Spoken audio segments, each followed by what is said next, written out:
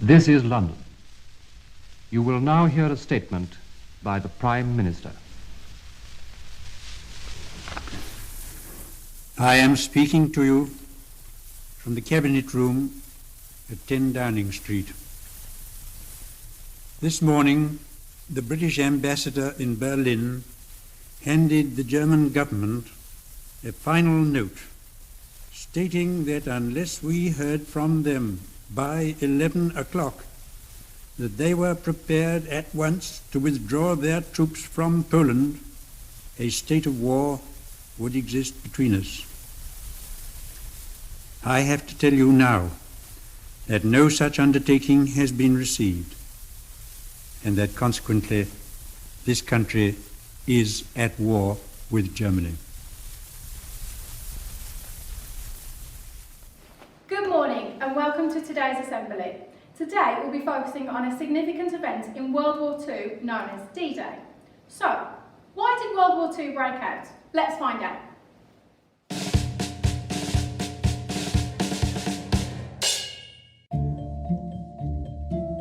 In September 1939, Britain declared war on Germany, joining the biggest war ever fought in history. But how did it start? Let's rewind. Since Victorian times, Germany had been a very large and powerful country at the heart of Europe. But when it was defeated in the First World War in 1918, Germany had to give up a lot of its land and pay harsh penalties as punishment. It was also forbidden from having a large army or navy or any air force at all. This made many Germans very angry. On top of that, in 1929, the Great Depression hit. There were shortages of food and money all over the world, including in Germany. People lost their jobs and money began to run out. In 1933, Adolf Hitler became the Chancellor of Germany. Many Germans desperately hoped Hitler would bring change and make life better. He led the National Socialist Party, the Nazis, and promised to make Germany a powerful country again. But Hitler also spread hatred. This hatred would eventually lead to the Holocaust, the killing of millions of Jewish people, as well as gay people, disabled people, political opponents, and ethnic groups like the Roma people or the Poles, simply because of who they were. Hitler believed the German race was naturally better than other people, and therefore were entitled to dominate all of Europe. He planned to forcibly take back all of Germany's lost land, as well as capture parts of other countries. He started in 1938 by sending soldiers to take over or occupy Austria and parts of Czechoslovakia, which is now split into Czech Republic and Slovakia. Then, in September 1939, German troops invaded Poland. Britain and France had agreed to defend Poland against German attack, so they gave Hitler an ultimatum: withdraw his troops or they would declare war. At 11 a.m. on Sunday the 3rd of September 1939, Neville Chamberlain, who was the Prime Minister of the United Kingdom at the time, went on the radio. He explained that the British government had demanded that German troops withdraw from Poland immediately. But the Germans had not responded, meaning Britain was now at war with Germany. Moya remembers hearing the news. I just remember that my mother grabbed my dad and he was standing. They were both standing as I remember it. The thing that was running through my mind all the time, well, yesterday was my birthday and I'd really love that book with the shiny cover that's in Nellie's shop at the post office, and will I get it? And if there's a war, will you be able to do things like that? Did you know? When the war was announced, it wasn't a surprise. The British government had been watching Hitler's advance across Europe for several years and had prepared for the worst. People were aware that the possibility of war being declared was in the air. And the year before, at school in Hammersmith, we'd practiced being evacuated and had our gas masks issued and so on. As well as gas masks, the first air raid shelters were distributed in the year before the war. Plans were also drawn up to prepare for food, fuel, and clothing rationing, limiting how much people could have to make sure there would be enough to go round. To make the war a success, everyone would have to pitch in. Many men were conscripted into the armed forces. At first, women could choose whether to join up, but from 1941, they too were made to serve either in factories or the services. Even Princess Elizabeth, who would later become Queen Elizabeth II, trained as a mechanic and military truck driver. However, despite the detailed preparations for war and the enthusiastic participation on the home front, nobody could have possibly foreseen how long it would last. In 1939, Britain declared war on Germany and World War II began. Over time, more and more countries joined the war and the world was almost split into two sides, the Allies and the Axis. The Allies were made up of Britain, France, Soviet Union, which is now Russia, and America, and the Axis were Germany, Italy and Japan.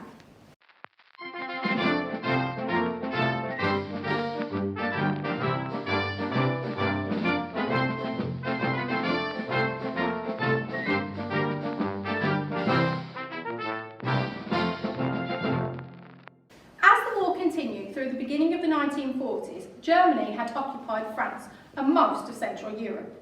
They were getting closer and closer to Britain, and something needed to be done, and quick. Britain knew that they had to fight back against Germany to liberate these countries, and so Operation Overlord, the real name for the D-Day plans, was thought up. General Dwight Eisenhower was made commander of the operation, and preparations soon began. It was to be a huge military assault combining land, airborne and naval attacks to force the Germans to retreat. The biggest military operation the world had ever seen.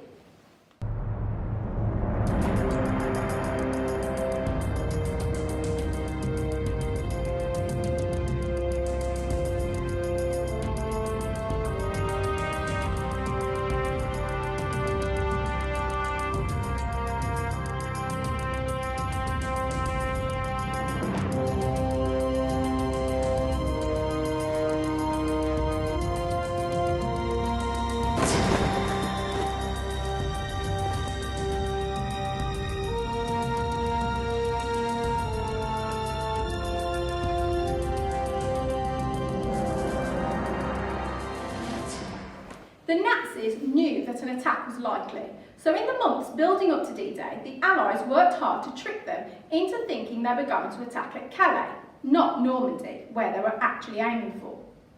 They even sent dummy ships near Calais to trick the Nazis. Originally, the mission was going to begin on June 5th, but because of bad weather, it was delayed until the next day. It would be a long and anxious night for the troops waiting to go into battle the next day.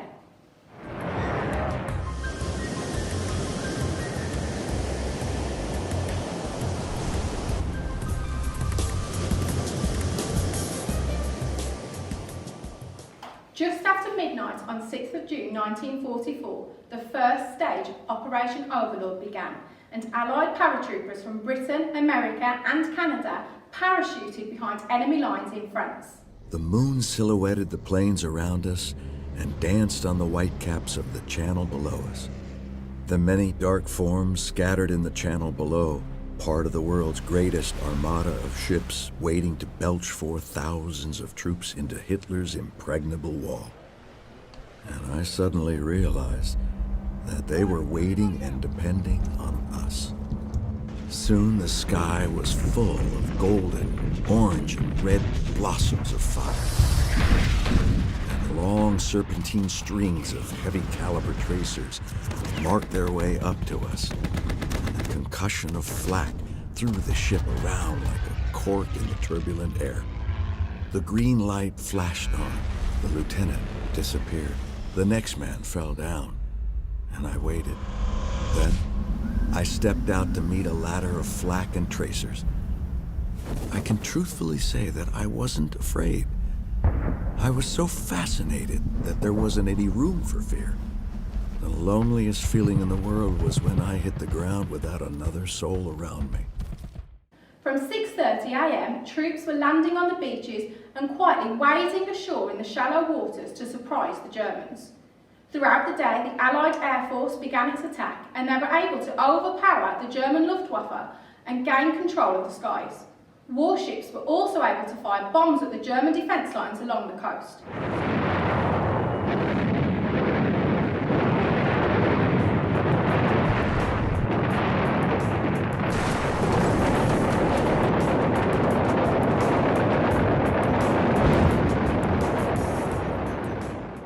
By 30th August 1944, the last of the Germans retreated from France. It had been liberated. As dawn broke on that grey June morning, the greatest armada of ships the world has ever seen filled the narrow waters of the English Channel. June 1944. France and parts of Europe are under the control of German forces. After years of careful, top-secret planning, America, Britain and Canada come up with a plan to begin invading Europe. The day it began will forever be known as D-Day. Once again, we were back on the soil of France. In the early hours of June the 6th, around 7,000 ships carrying British, American and Canadian forces arrived here off the coast of Normandy in the English Channel. It was to be the largest gathering of an invading force in history. That's the worst experience of my life. But I was scared. It was on that beach, I was scared. I never moved until we got to France because it was so rough and there were ships on fire each side of us. You survived. You had no choice. By midnight, over 100,000 troops had taken control of the area, fighting through heavy German defences. And what they did that day had a huge impact on the Second World War. To defeat Nazi Germany, you really have to get to Berlin, or certainly get to Germany. And the only way you can do that is by invading continental Europe, getting into France, which is the biggest country, and sweeping eastwards. But it was at a cost. Nearly 3,000 British troops alone lost their lives on D-Day. And ever since, those who fought return here. There's terrific comradeship right through your life. If you say you're a Normandy veteran, you can talk to anybody, and it's great. You come back to the comradeship, really. It's like a reconnection with friends.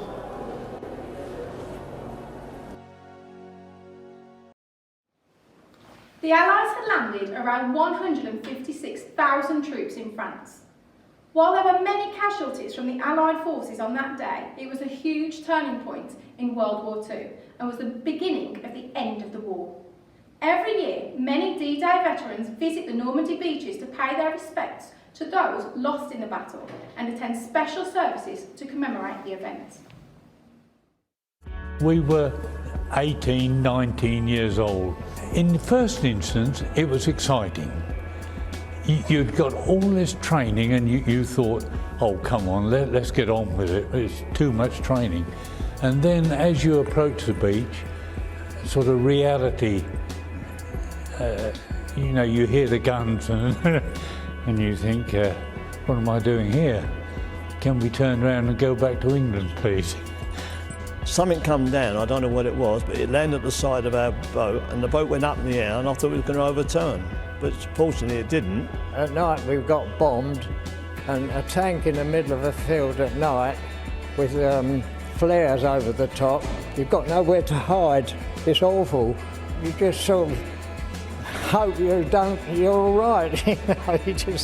Everybody knew we had to fight the Nazis. I went because we were defending Britain. I'm Connie. I'm Eli. And this is our great-granddad, Don. We're here to talk to him about D-Day. What was D-Day about? D-Day was about going to Normandy, going to Europe, to try and liberate the Europeans from the war. We all left the country in boats, and we eventually arrived at a place called Normandy, which is on the coast of France. What was your job on D-Day? My job was, I was a Royal Engineer and we were the general workhorse for the army. We prepared aeroplane strips so the airplanes could come in and land, and we put a pipeline across so they could get fuel for the tanks. What do you remember from D-Day? Well, first of all, I remember being very frightened. But you didn't show it because your comrades that were with you, they didn't show it either. Hearing all the noise of the battle, of the bombs, guns coming over our heads, firing, you didn't have time to be frightened, you just had to get on with your job. Did you lose any friends? Yes, I did lose quite a few of my friends. When you grow up, hopefully that you will go to Normandy because they're building a memorial, a big memorial with all the names of people on it that lost their lives, and my friend's name will be on it. Do you still think about D-Day? Yes, I certainly do, especially when it comes around to anniversary time. This year is the 75th anniversary of D-Day, and it brings back lots and lots of memories. The efforts and sacrifices by the servicemen and women during D-Day and their role in ending the war will never be forgotten.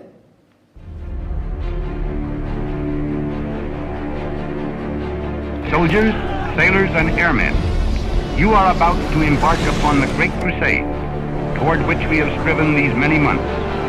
The eyes of the world are upon you. The hopes and prayers of liberty-loving people everywhere march with you.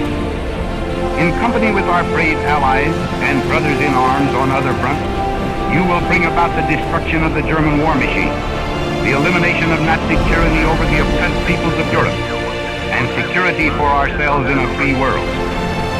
Your task will not be an easy one. Your enemy is well-trained, well-equipped, and battle-hardened. But this is the year 1944. The free men of the world are marching together to victory. I have full confidence in your courage, devotion to duty, and skill in battle. We will accept nothing less than full victory. Good luck, and let us all beseech the blessing of Almighty God upon this great and noble undertaking. Ladies and gentlemen, the President of the United States. My fellow Americans, in this poignant hour, I ask you to join with me in prayer. Almighty God, our sons, this day have set upon a mighty endeavor, a struggle to preserve our republic, our religion, and our civilization, and to set free a suffering humanity. Lead them straight and true. Give strength to their arms, stoutness to their hearts, steadfastness in their faith. They will need thy blessings. Their road will be long and hard. For the enemy is strong. He may hurl back our forces, but we shall return again and again. And we know that by thy grace and by the righteousness of our cause, our sons will triumph. Help us, Almighty God, in this hour of great sacrifice.